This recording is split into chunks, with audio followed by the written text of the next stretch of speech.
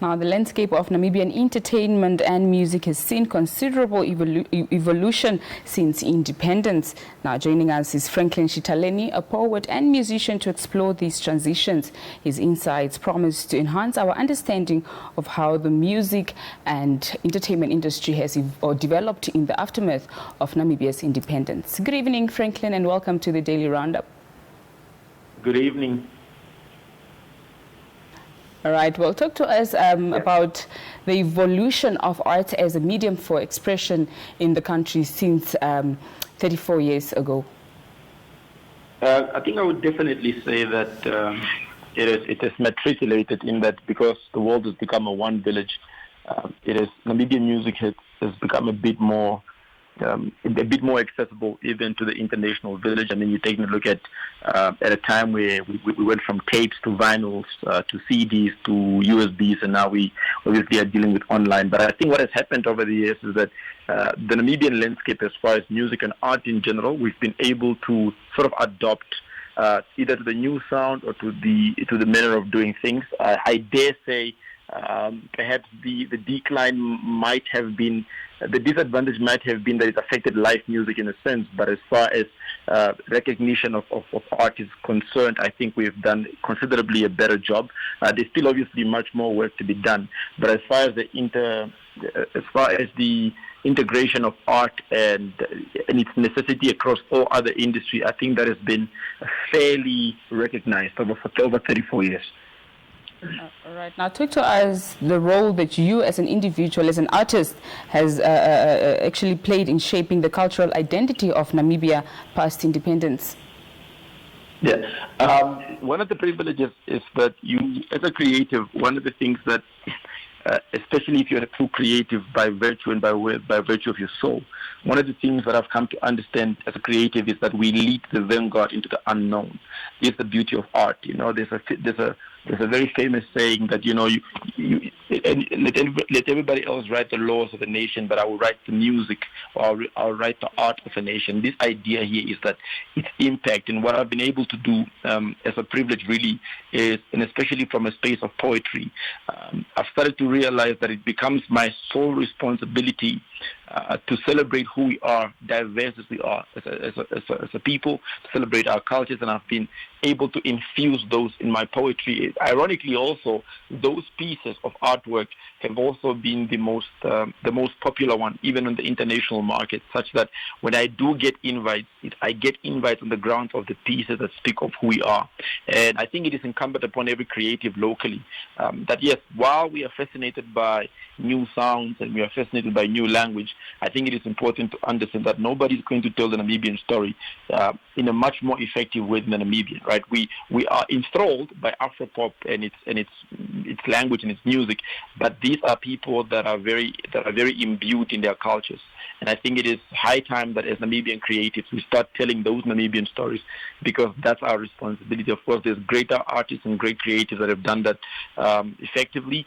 But again, my reiteration has always been that possibly more could be done. It would be nicer to see that the world is accepting us not just as a sound, but as a language. But that's what I've been able to do thus far: infuse local tradition, local cultures in my artwork.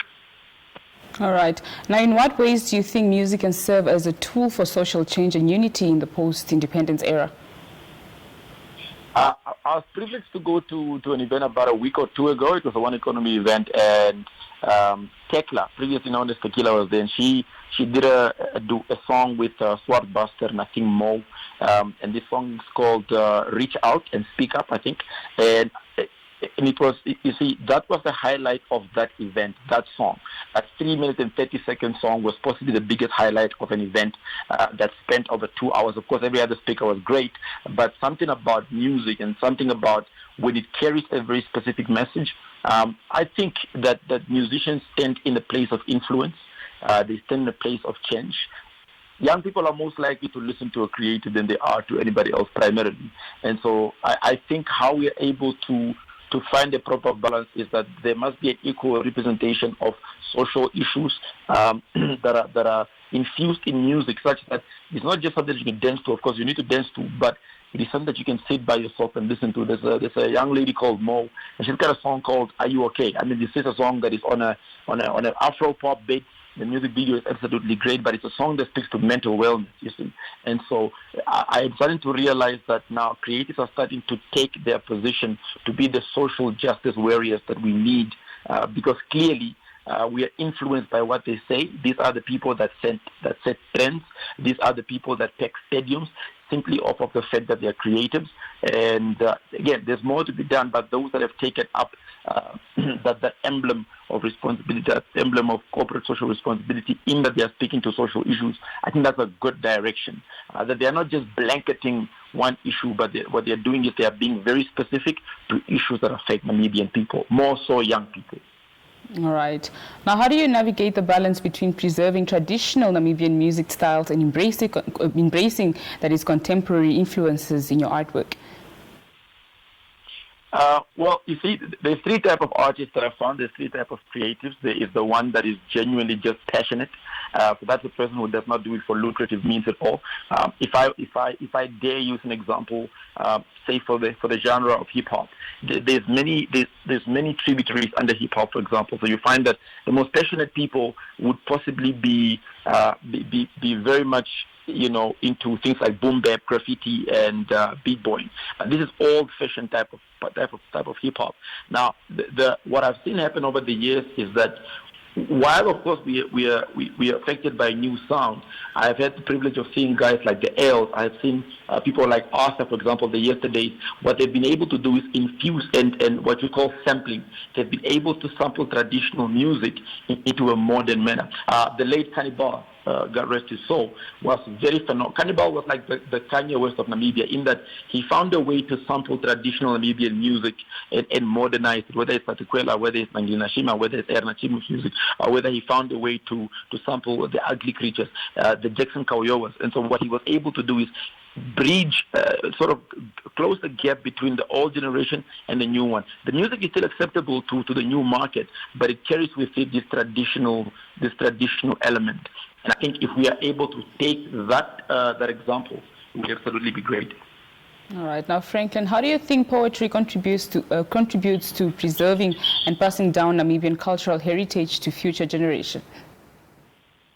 Poetry is a very specific art form, you know. We don't necessarily see poetry expressed everywhere. No one is necessarily listening to a poetry piece on their radios or on TV because of its, I dare say, it's upper echelon. And so because it's an oral form of traditional manner of communication, I think what we then are able to do is pack relevant information in our poetry pieces such that they can be preserved. Now, the beauty with the current age is that you could archive this material online. And so, for example, when I write material, if I'm writing social justice material or historical material, what I generally would do is that I would research, whether I'm going to the National Archives or to the library at work. I would research and make sure that I'm delivering a message such that these young people might not necessarily know who Jonathan Mabula was. They might not necessarily know who Nangili Nashima was. They might not necessarily remember Jackson Kauyowa, but you see, we are preserving that. They might not necessarily know the different cultural practices amongst the diverse cultures. It becomes then my job to teach them. I don't think young people don't know because they choose to not know. I think young people know exactly what's presented to them, and so it becomes my job to make sure that I'm presenting to them in a language that they speak, a preservation of their own cultures and their own traditions. At least that's my conviction for poetry, and I would like to see that becomes the conviction of every other poet. When we listen to the great Maya Angelou's, when we listen to Amiri Barakas, when we listen to the Phyllis Wheatleys, when we listen to all these great poets, they have a way to infuse their history in their poetry pieces, and I dare say that must become something that we champion as Namibian poets.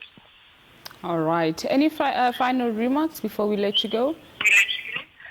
Well, it's 34 years of independence. You know, those that are born in 1990, technically you are our country. I think we've taken great strides creatively. I think there's clearly more to be done. The right of the Namibian creative is one that is that still needs to be properly discussed and perpetuated. But I dare say, as creatives, it's time that we take on national patriotism It's time that we took on national pride and represent us who we are locally, but internationally as well. And so part of that would mean that we need to collaborate ever more often, all right, such that we are building an algorithm. When the Namibian creative space speaks, the world should be able to stand still and listen to us, really. All right. Well, thank you so much, Franklin, for joining us here on Daily Roundup. Thank you so much. All right, now that was Franklin Chitaleni just giving us his insight and, of course, an understanding on how the music and entertainment industry has evolved over the years. Now, thank you so much for watching. That wraps up tonight's edition